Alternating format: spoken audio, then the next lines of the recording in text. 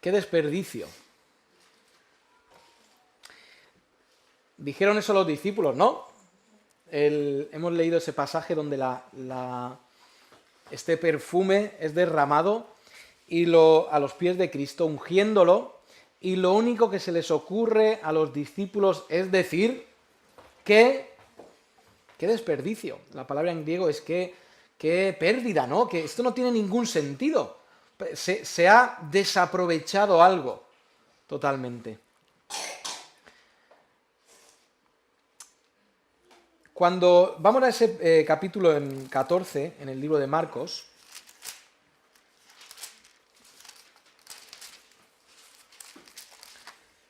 ese capítulo 14 de Marcos,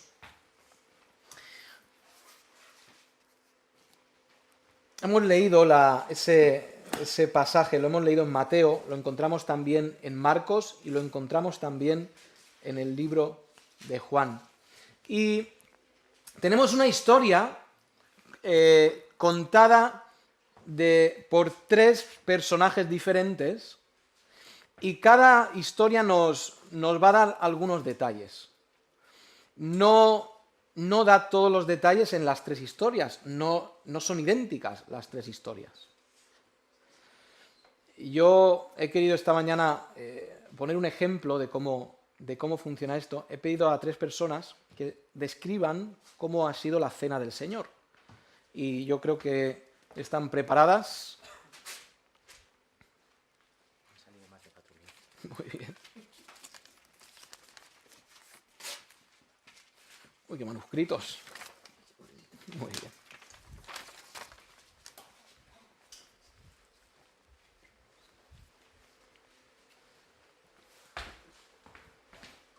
Tres personas han visto lo que hemos visto todos y lo han descrito aquí en un papel. ¿Pensáis que va a ser igual? Pues vamos a ver.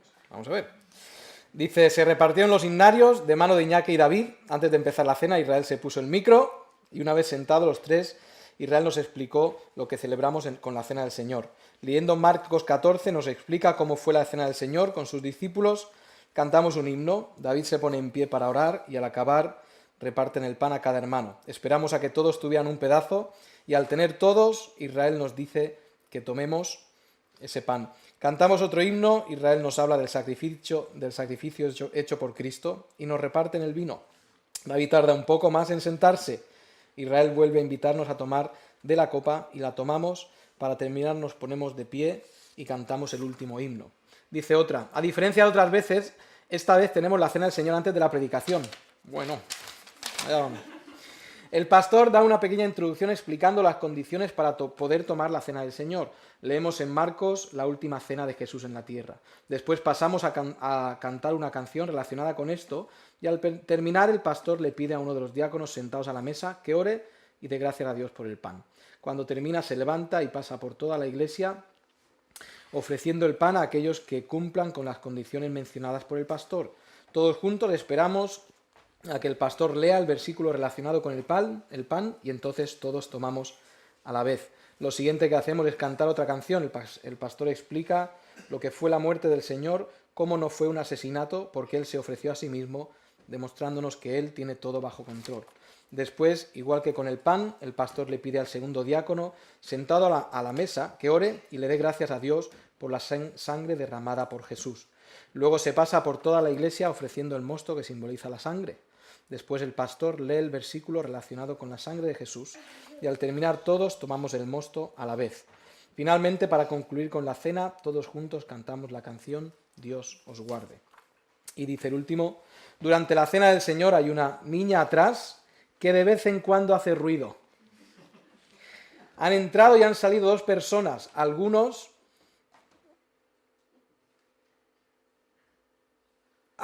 oran antes de tomar los elementos y otros después. Nadie habla durante este tiempo. Fijaos, son diferentes, ¿no?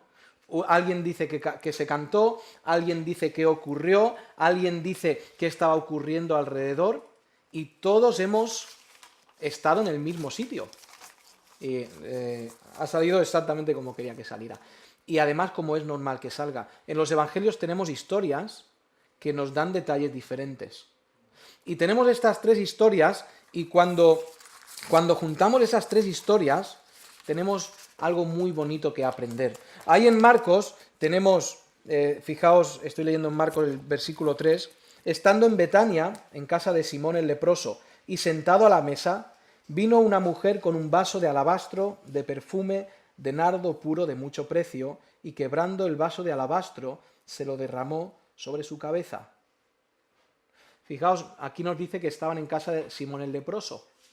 En otro de los pasajes nos dice, no nos dice en casa de quién estaban, simplemente nos dice que estaban en Betania. Aquí no nos especifica quién está, en otro de los pasajes nos especifica que estaban María, Marta y Lázaro, los tres hermanos. Puede ser que esta casa de Simón el leproso fuera el padre de ellos, puede ser, la Biblia no lo confirma. Unos nos dicen que lo que se rompió fue nardo, un perfume de nardo puro, otros no nos dicen qué clase de perfume era, sino que nos dicen que era muy caro. El perfume de nardo es curioso, yo no entiendo de perfumes, yo entiendo cuando algo huele bien o mal, pero no entiendo de perfumes. Y el nardo es algo curiosamente muy exclusivo. Es curioso que muy pocos perfumes hoy en día tienen se usa el nardo, porque es muy caro y muy difícil de trabajar. ¿Cuánto valdría este bote? ¿Cuánto valdría este perfume? Pues se calcula que quizá lo que cobra un trabajador en un año. 12.000 euros, 15.000, 60.000, ojalá. Pero vale mucho para ser un perfume, ¿verdad? Ahora, ¿creéis que tendría un bote de 5 litros? Tendría un poquito. El único lugar en el mundo donde el nardo de donde salía el nardo y se cultivaba era en la India. Era un bote que venía desde la India. Y esta mujer, también en algunos pasajes lo dice, en otros no, esta mujer rompe ese frasco, no tendría un tapón, estaría sellado, por eso rompe el frasco, y lo derrama en la cabeza de Cristo, y lo derrama en los pies de Cristo, y con sus cabellos limpia los pies de Cristo. Esto no es una locura, a nosotros nos parece una locura que una mujer limpie con sus cabellos los pies, pero parece ser que no era tan raro entre los esclavos limpiar los pies de sus amos con los cabellos. Y ella lo hace. Coge este perfume tan caro y lo usa de esta manera. ¿Cuál es la reacción de los discípulos? En los tres pasajes nos dice que estaban de acuerdo con lo que había pasado, ¿no? ¿No? Se echan las manos a la cabeza, son judíos, ¿acordaos? Son tacaños por naturaleza. Se echan las manos a la cabeza y dicen, esto es una locura. ¿Cómo puede ser que algo que vale tanto sea desperdiciado, sea perdido de esta manera? Con esto podíamos venderlo y alimentar, pues, imaginaos con ese dinero lo que se podría hacer. Si nosotros estuviéramos ahí siendo los discípulos, que estamos haciendo una buena obra hacia los demás, que ayudamos a los pobres, que sanamos a los enfermos, nosotros pensaríamos igual que los discípulos. Oye, cogemos ese dinero y hacemos una gran obra. Y entre ellos está Judas, y entendemos que Judas protestara, porque Judas nos dice ahí en Juan que Judas era el que llevaba la bolsa, el que llevaba el dinero común de todos, y también nos dice que Judas de vez en cuando hacía ¿qué? Una monedita para jubilación, una monedita. Y nos dice Juan que él sustraía, que él robaba del dinero que era de todos. Pero no es solamente Judas el que se escandaliza, nos dice el texto que son todos los que se escandalizan por esto que ha ocurrido. si nosotros fuéramos Cristo, y gracias a Dios que Él es diferente de nosotros, Él es santo, pero quizá nosotros habríamos pensado lo mismo. Se puede hacer mucho con ese dinero. Pero la respuesta de Cristo sorprende a todos. La respuesta cogiendo los 3 pasajes, por cierto, los 3 pasajes están en Mateo 26, en Marcos 14 y Juan capítulo 12, si no recuerdo mal, Juan capítulo 12. Él dice varias respuestas, cogiendo esos 3 pasajes. En primer lugar, dice, no la molestéis. Ella acaba de hacer esta demostración de amor hacia Dios, ¿y qué están haciendo los discípulos? Mujer, ¿cómo se te ocurre hacer esto? ¿Cómo? Tal. Y ellos la estaban molestando, y lo primero que Cristo dice es, no la molestéis, pues me ha hecho una buena obra.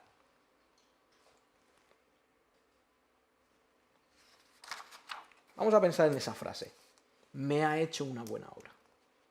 Me ha hecho una buena obra es diferente de ha hecho una buena obra, ¿verdad?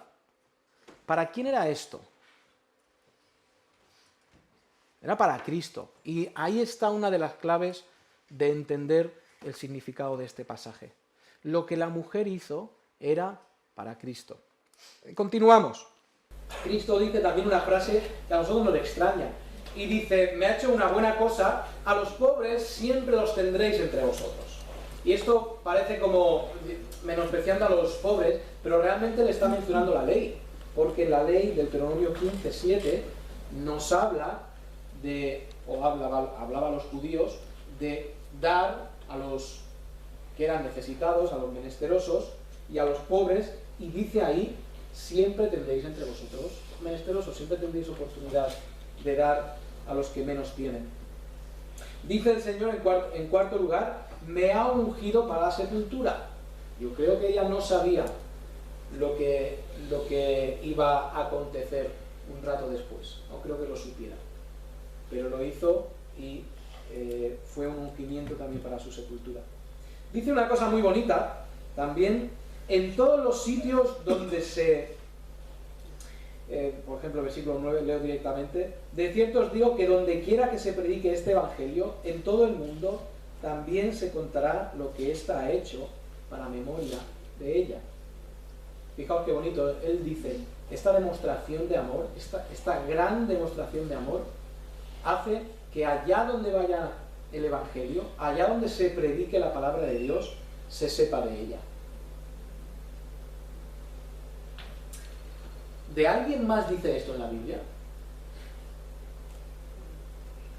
¿De alguien más Cristo dice, por esto que ha hecho se le conocerá allá donde se predique su palabra? ¿Os suena en alguna ocasión? Qué curioso, ¿no? Porque Cristo podía haber dicho, Pedro, tú que has hecho grandes milagros, allá donde vaya el evangelio se sabrá de ti. O Juan, tú que has evangelizado a tantos, allá donde vaya el evangelio se sabrá de ti. Se lo dice a una mujer que hace esto precisamente para él. Y hermanos, aprendamos esto. Las obras que son hechas hacia Cristo en amor son grandes obras, aunque sean pequeñitas, aunque parezcan poco, cuando se hacen a Cristo en amor son obras muy grandes. No te menosprecies tú a ti mismo. Tú no digas yo no puedo, yo no soy capaz, ¿qué puedo hacer yo por Cristo? ¿Cómo puede usarme a mí Cristo? Porque Dios usa a todos.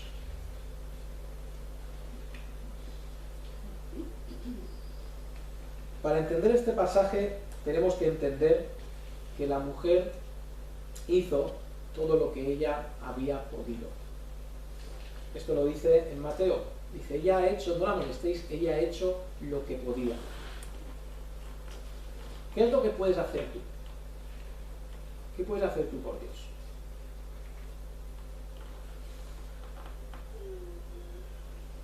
Esta María, hermana de Marta y hermana de Lázaro, ¿era seguidora de Cristo? ¿Sí? Sí. Cuando, siempre que Cristo iba a la zona de Jerusalén, él posaba en Betania, seguramente en casa de ellos. Cuando ocurre la muerte de su hermano, María habla con cierta familiaridad con Cristo, no como si lo hubiera visto por primera vez, Y cuando lo ve, le dice, maestro, si tú hubieras estado, no hubiera muerto. María sabía quién era Cristo, conocían a Cristo, seguían a Cristo, servían a Cristo, pero María dijo, yo quiero hacer algo más por Dios, yo quiero hacer algo más. ¿Y qué tengo en mi mano? Y ella cogió seguramente lo más valioso, lo más precioso que tenía en su mano y lo sacrificó por Cristo. Esto es una gran demostración de amor. ¿Sabéis que nosotros pocas veces cogemos lo más precioso que tenemos y lo entregamos a Cristo?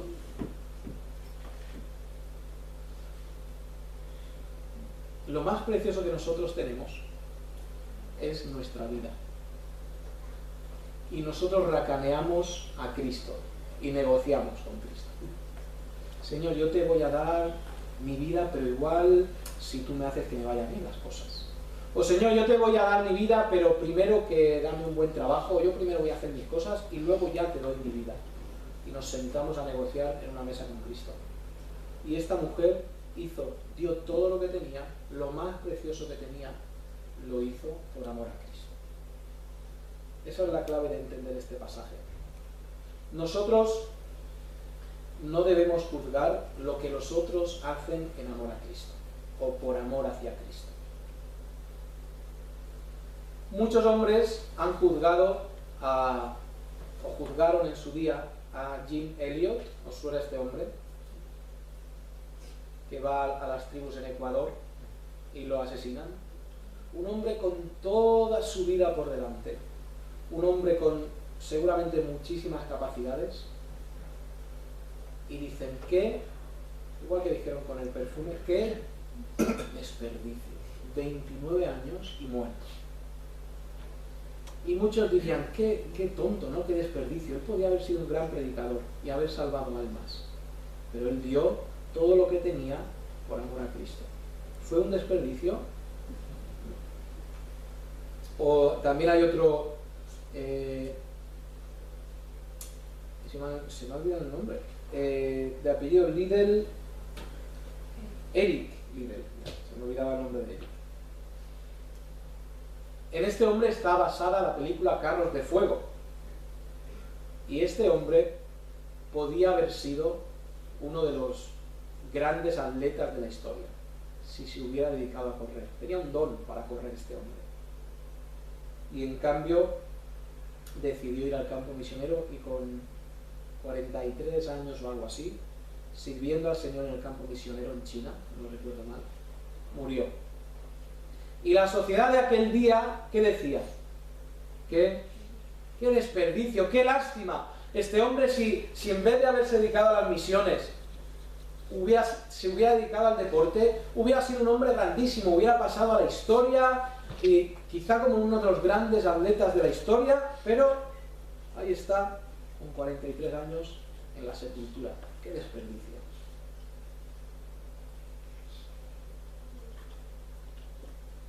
Pero ¿sabéis cuál es humanamente el gran desperdicio? Humanamente hablando, el gran desperdicio de todos los tiempos es Cristo. ¿Por qué? Todos estos hombres que he mencionado tenían grandes capacidades. No pudieron realizar sus capacidades y el hombre dijo fue un desperdicio. ¿Quién era quien más capacidades tenía? ¿Era Pablo? Pablo tenía muchas, pero no. Era Cristo. Humanamente, Cristo es el gran desperdicio. Y los que no miran espiritualmente lo que Cristo hizo, dicen qué desperdicio. Con lo buen hombre que era, con lo gran maestro que era, con lo bien que evangelizaba. Y hermanos, ¿quién era el mejor evangelista? Pues era Cristo. ¿No querríamos tener a Cristo hoy evangelizando? ¿No querríamos... Bueno, ¿quién sería el mejor pastor? ¿No sería Cristo? Y Dios quisiera que lo tuviéramos aquí como pastor. El mejor evangelista, el mejor maestro, el mejor cristiano, el más amoroso, el más bondadoso, el más poderoso. Cristo. Pero Cristo ofreció su vida.